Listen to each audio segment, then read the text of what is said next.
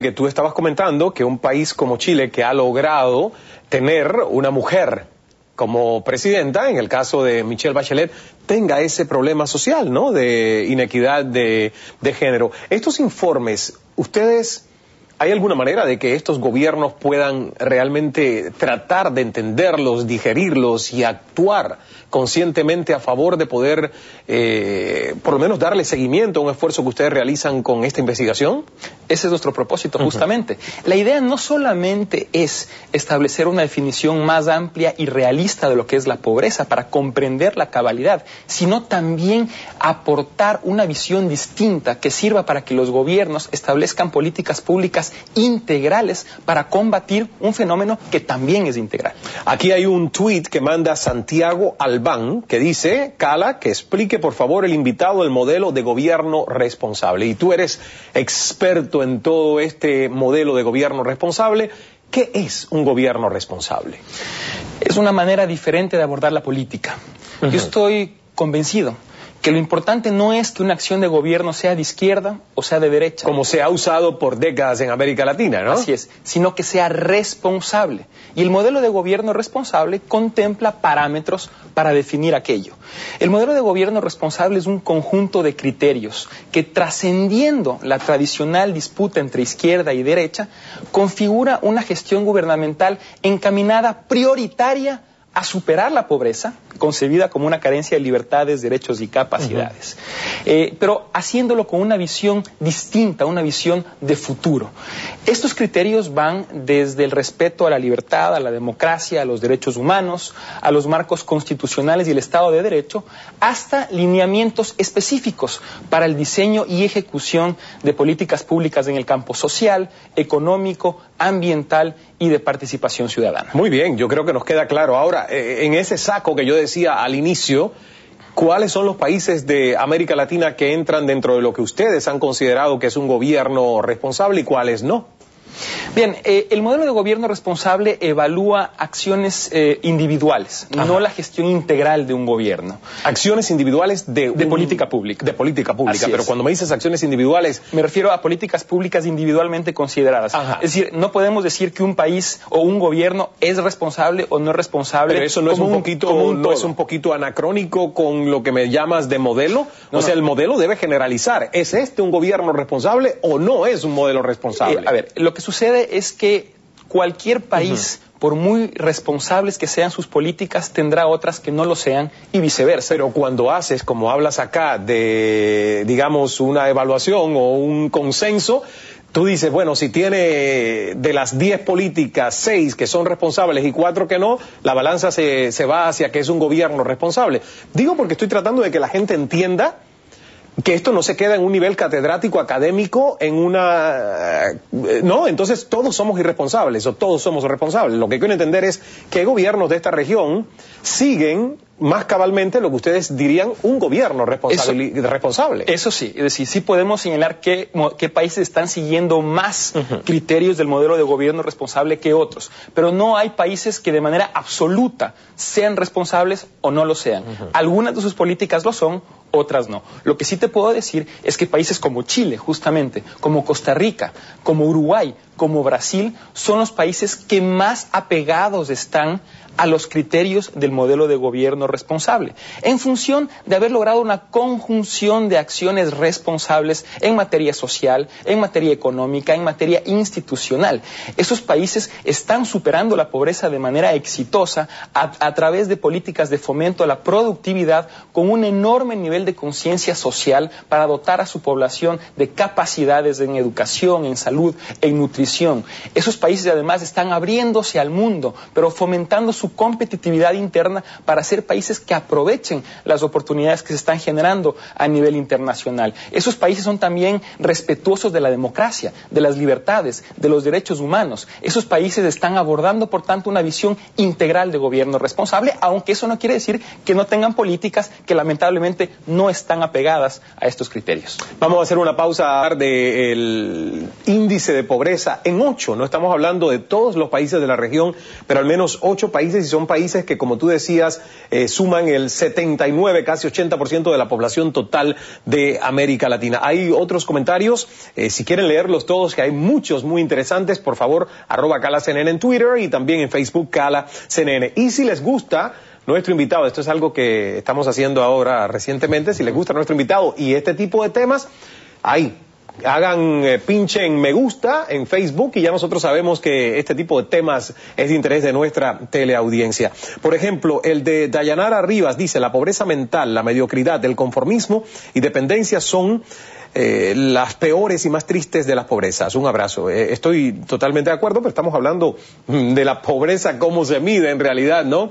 Y que tú decías que tiene muchos indicadores y que la falta de libertad es parte de lo que ustedes están analizando. Ahora, ¿cuál es la diferencia entre el índice Ethos de pobreza, la manera en que ustedes los miden, por ejemplo, y el índice de desarrollo humano de Naciones Unidas? Bien, el índice de desarrollo humano fue un esfuerzo muy positivo en medir de manera multidimensional la pobreza. Incorpora 3 diferentes variables. Sin embargo, el nuestro es más amplio en el sentido de que contempla no solamente necesidades individuales o necesidades del hogar, sino también las necesidades de entorno, que a nuestro juicio son también parte de la pobreza. Por la siguiente razón, Ismael. Un país cuya población no tiene un nivel de ingreso adecuado, no tiene acceso a educación, a servicios básicos, es pobre. Pero también es pobre si las personas de un país no tienen la libertad para expresarse sin temor a represalias, o no pueden realizar un trámite sin necesidad de dar una coima, o no pueden salir de su casa sin temor a ser asesinados o asesinadas en la esquina, o si es que en un país las mujeres no tienen acceso a igualdad de oportunidades cuando buscan un empleo, por ejemplo. Estas últimas cosas también son parte de la pobreza, y no solamente que lo son hoy. Y no es el concepto tradicional que teníamos de la pobreza. Ustedes están manejando un concepto mucho más, diría yo, revolucionario de qué cosa es la pobreza. Esa es justamente la idea. ¿No tendrá, digamos, alguna implicación en confundir a la gente cuando, tomando en cuenta todos estos nuevos indicadores, dices, digamos, el país más pobre es tal, y la gente dice, pero sí he visto mucha más pobreza en cuanto a pocos ingresos en otros, o más niveles de mendigos en otros?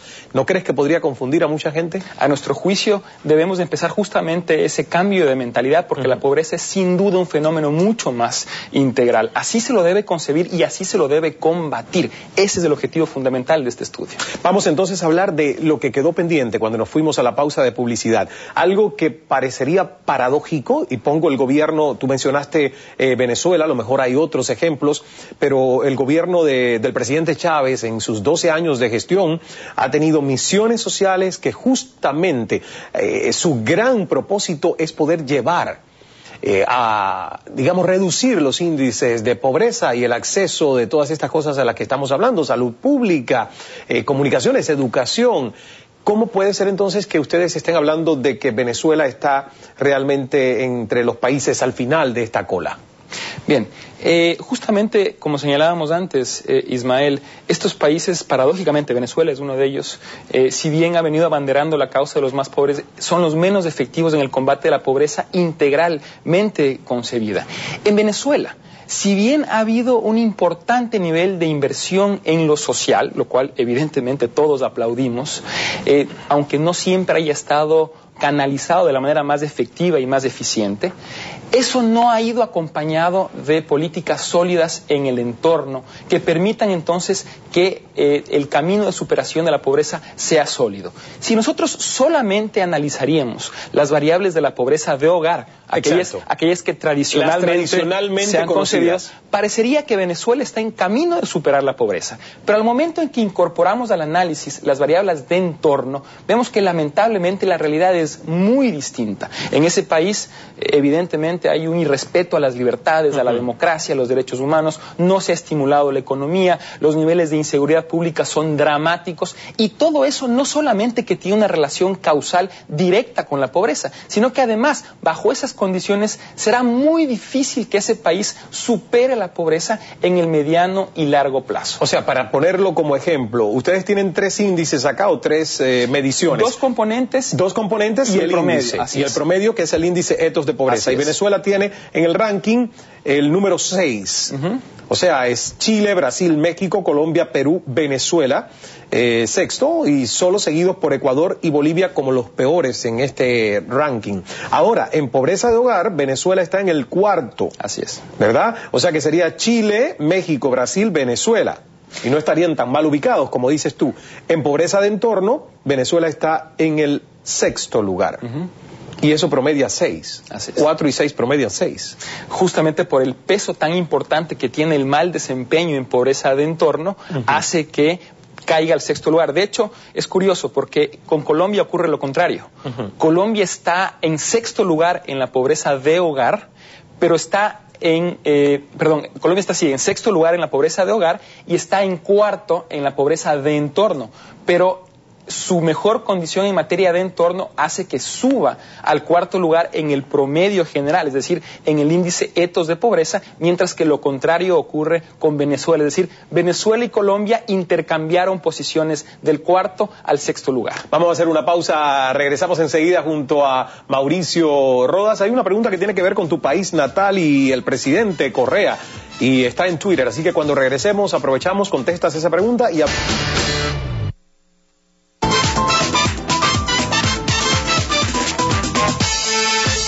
Regresamos con Mauricio Rodas. Recuerden que si gusta de nuestra charla en esta oportunidad, entre y déjenos saber haciendo un clic en me gusta en nuestra página de Facebook /CalaCNN. Es la manera que tenemos de medir los temas que más le interesa a una audiencia tan heterogénea e internacional como la de CNN en español. Hay una pregunta, Mauricio, que dice Alzancal: ¿con qué derecho critica Rodas al gobierno del presidente Correa? Y te dejo contestarla.